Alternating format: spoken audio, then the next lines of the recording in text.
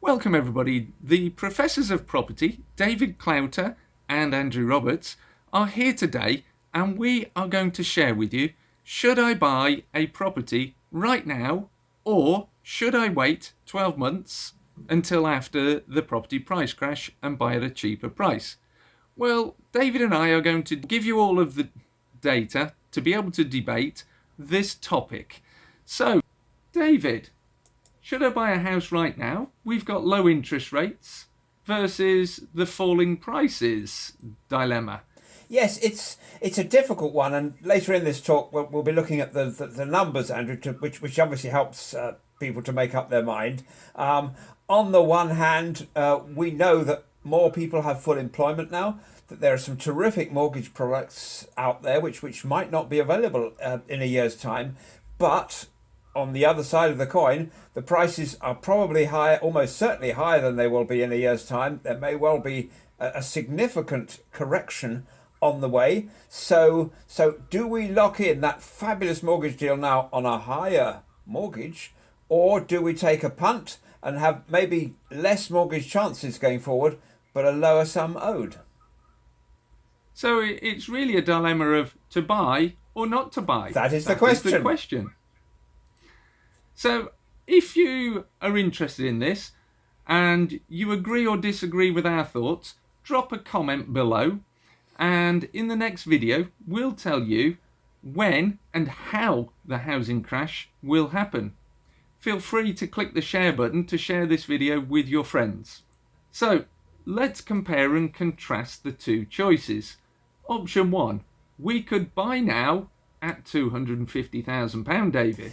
Yes, Andrew, and option 2, we can take a punt on the basis that in a year's time that same property might only be 200.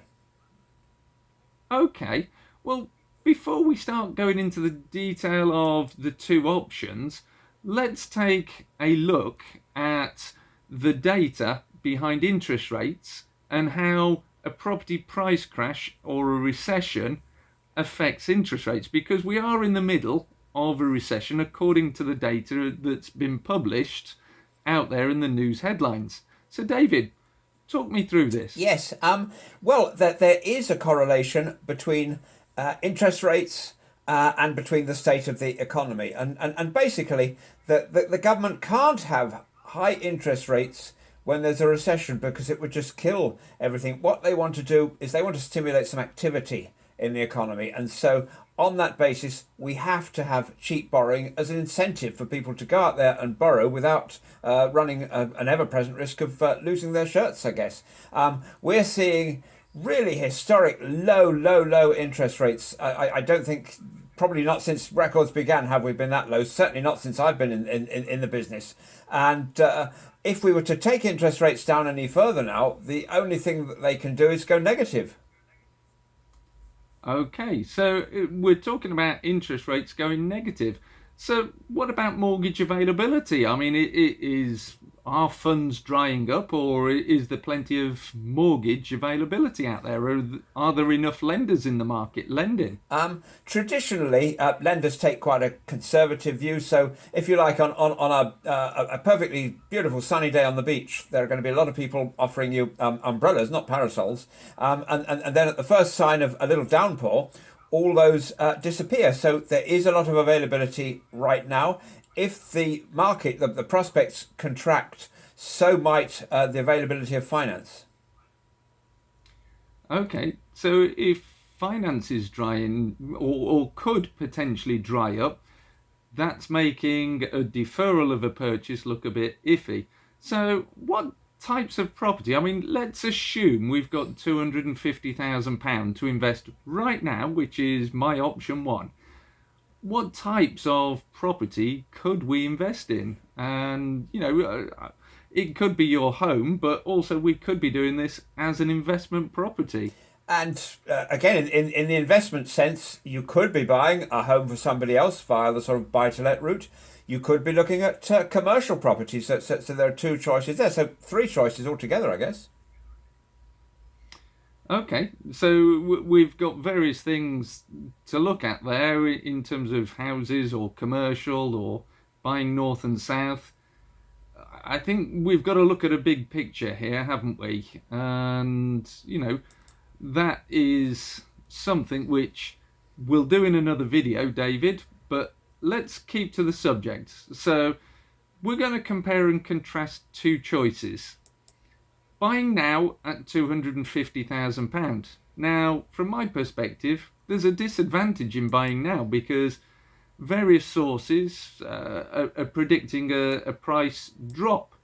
And those price drops, Bank of England are quoting 16%, see the headline here. And, other sources are quoting as much as 40%. So let's be prudent and say there's a 20% price drop. That could mean that the £250,000 property that I buy now is only worth £200,000. So I've lost £50,000 in equity. Now, I would like to put a caveat on this, David, that the price falls and changes are not going to be equal everywhere, because I would predict post this COVID situation that the cities are likely to fall more than the suburbs. And this is being evidenced in the national tabloids, where they're evidencing that people are looking to move out the cities to the suburbs. And with that's causing the suburb prices to hold their own, but the cities to fall disproportionately. So suburbs might fall 5% overall, but cities might fall 30%, for example. And are there any advantages of buying now, David? Well, I think also not all cities are going to fall by the same amount, because we see regional differences as well. And I'm a great believer in, which mostly applies, what goes up has the scope to come down again. And so in like London and the southeast, we see very high property prices relative, for example, to people's earnings, because a lot of the sector is determined by people buying their homes. And so there's room for shrinkage there. There are occasional exceptions to this. During the last credit crunch, the 2007-9 one, Northern Ireland property prices sort of collapsed, and they weren't that high to start with. So there are always exceptions to this. But I think on the whole, yes, those big cities, and London is one that we're already seeing this. I expect them to be hit hard, I think, by this. Yeah. I mean, I'll well, as you can see from the screen, there's a number of cities that are predicted to have massive falls, and commutable suburbs into those cities where prices are holding their own or rising. So it's worth looking at that. But I mean, are there any advantages to buying now, David? Well, yes, they are. We lock in that rate for the long term. We might get 3% or something like this, and we might get 3% spread over, I don't know, 25 years. So you've got certainty. We're not paying, if it's a question of buying our own property, we're not paying rent to a landlord. If it's a question of leaving that money that we have in the bank, we're not earning a ridiculously insultingly low rate of interest on it. So it's good always to put our money to work. I totally agree with you. So I mean, let's run some numbers on this. Let's assume that you've got a good credit rating, David, and access to competitive mortgage products. You've got a good job, and you can afford to put down a 20% deposit, and the purchase price is £250,000. Now let's also assume we're going to take it over a 30-year mortgage, and that'll be for a fixed rate, and we'll secure something around 3% APR interest rates. Now, looking on the online portals, I'm sort of seeing rates of 2.39, so it's a little bit of prudence in there. That would sort of give us a monthly mortgage payment of £843 on a repayment mortgage. So in 2 years' time, if we looked at what the mortgage balance would be, having made 2 years' worth of mortgage payments, put our £50,000 down as a deposit, it leaves us a mortgage balance of £191,000. Yeah. So I was going to say, so we've started chipping away at the capital, which is great. We have indeed. We have indeed. So at the end of that 2 year window, what we've done is we've put 50,000 in and we've chipped £9,000 off the capital. But let's have a look. What happens if we delay the purchase for a year, David? I mean, let's say prices fall 20% to keep numbers simple. That gives us around £200,000 to buy the same identical house. But we've missed out on the low interest rates. Perhaps it's gone up to 4% now. So if the rates have gone up and the price has come down, does that make it a better financial deal? Well, with all of the news in the press of employers losing people's or firing people because of the COVID situation, that could mean that your credit rating drops and you don't have a job because you're unemployed, so you can't get a mortgage. And also, you might have to stay in a rental property for another 12 months. So you've paid 12 months of rent and you've got nothing to show for it. So surely there's some advantages, David, to waiting a year. There are always pros and cons with all these kinds of things, but when you owe 190 something £1,000 on the house that you bought, that's an issue. But suppose you bought that house then. Let's suppose you bought that house for 200. Well, your to start with, your deposit would only be £40,000 at this point. And you would have that £40,000 as equity. The 20% fall, if you'd bought earlier, has more or less wiped out your stake in the property. So that and it's not an issue unless you suddenly need to sell, but it's a consideration. So we've only had to put down a £40,000 deposit for that property. The monthly repayments are significantly lower by waiting, but we're only paying £763. And remember, this is for 30 odd years. So yeah. We're making a difference. We're assuming that the interest rate has gone up a bit, but we're still saving £80 odd and £79 a month in cash terms with less money going out. And we've got more equity. So let's assume that the price of our £250,000 house tumbles by 50,000 within a year. Well, first off, as I just mentioned, that was your £50,000. That was your skin in the game. That was your deposit. It's wiped out. So you've got your £200,000 house, and okay, the mortgage you've got on it now is only 191. So you've got £8,000 in that house. But you've lost a big chunk of money. By buying it in a year's time, first of all, you've only had to put in £40,000, but secondly, that £40,000 is still there. That's your share of the property. You've got £40,000 worth of equity, and you're saving nearly £80 a month in payments, even though you're paying a slightly higher interest rate. So, effectively, the loss is on paper, not or in your head. It's not a real loss unless you actually need to sell that property, though, David. And also the interest that we're paying over the whole term, because the rates have gone up to 4% from 3% that we've assumed, we would be paying around about £10,000 more interest over 30 years. So what we're effectively saying is the mortgage payment would save us on a monthly basis, but would pay more overall because of those higher rates.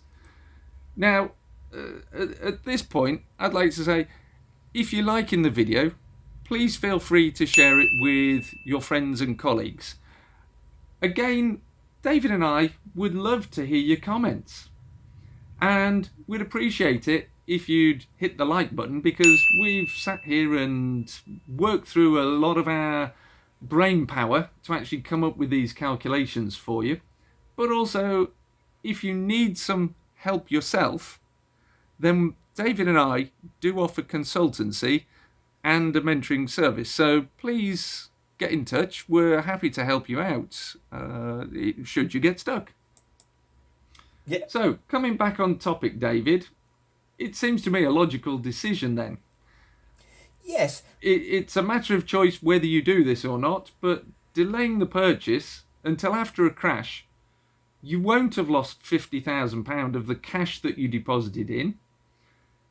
You will have paid £11,000 more interest over the term of that mortgage because the rate is higher by delaying your decision, but your monthly payments are lower, which compensate for it because you've borrowed less money.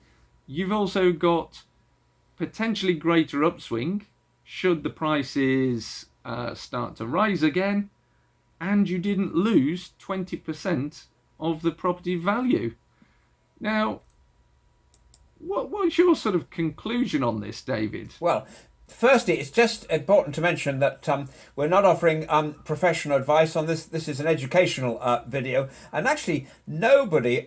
So always take advice from your accountant, your lawyers, and your broker, and so forth. But having said that, nobody knows actually whether the property prices will or won't fall in the next a month. Nobody has that crystal ball where they can look into the future, but most people think it's highly likely. So, having said that, by delaying the purchase, you made a net gain right now of £40,000, and you're paying some more interest over the term. That's correct. But if it was your home, you would be paying rent in that time while you were renting. So let's not forget that £9,000 you've paid in rent, but you're still better off by about £20,000 having done the prudent thing and delayed that purchase. And that's probably for most of us about a year's salary after tax. Very true, very true. So, I mean, what would we do, David, do you think? I mean, based on the evidence of the numerous data sources that we've referred to, property appears to be overpriced because it's what, about 20 to 30% above trend line. So, house prices versus the long-term average is telling me it's in for a market correction. The IMF are telling us we're overvalued by around 35%. If we look at the IMF data, I'd expect to see a price correction, and I think the biggest corrections will be in the cities because of the desire to change lifestyles, because employers are making us consider working from home. So people are thinking, I don't want to live in the city if I don't have to work in the city. What would you think we should do, David? I would say, and because I'm into my third or is it even fourth property cycle now. I lose track of them after all this time. And first of all, these long-term trend lines that you mentioned, over time, it always comes back to that. And that's partly what the property cycles are. The booms and busts are when the prices are oscillating up and down around this long-term kind of smooth line that there is. And I think few people would disagree now that we are significantly above the long-term average. So that correction is very likely to happen.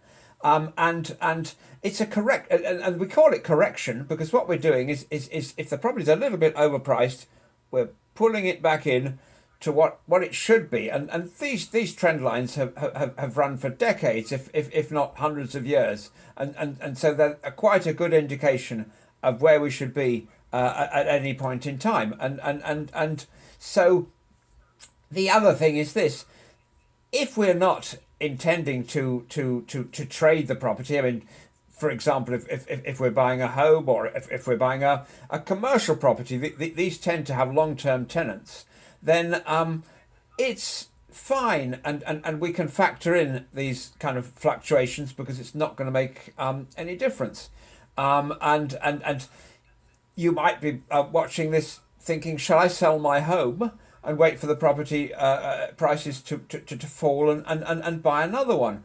Would that be advisable? Well, there's a lot of disruption involved that I think it's important to sort of factor in. But not only that, the only impact of that would be the difference between the property price that you're going to pay in a little bit of time and the property price that you sold yours for, less any potential stamp duty, less the cost of renting. And you might have a fantastic mortgage rate now locked in, so you might end up paying more. So perhaps, Andrew, perhaps it's important to note that property is it's not like buying and selling shares where you could be day trading or something like this. It's a long-term purchase, and you just sort of buy and hold, and over time, the small mistakes that perhaps you make along the way will correct themselves. I wouldn't disagree with you there. So we're effectively summarising this, that there's potentially a property bubble at the moment. That bubble looks like it might burst and recorrect towards the long-term trend lines. And back in June, we'll put a link to the video here, David. We did a Property Cycles pandemic special video. So if you want to know what we were talking about then, click over and watch that video. But we've got to look at this as a buy and hold. And as David said, if you're holding it for more than a decade, it's fine to buy now. And again, if you're looking to sell now and repurchase, the impact of selling and repurchasing back to back is going to be the differential between the two properties' prices. So it's not going to be as big as our example of a £200,000 change, is it, David? No, absolutely not. And there are the transactional costs with buying and selling houses are far higher than buying and selling shares. So it's not the same kind of thing. It doesn't work in that way. Yeah, and talking transactional costs, I mean, that leads us into stamp duty. At the moment, Rishi Sunak has given a stamp duty holiday until 31st of March 2021.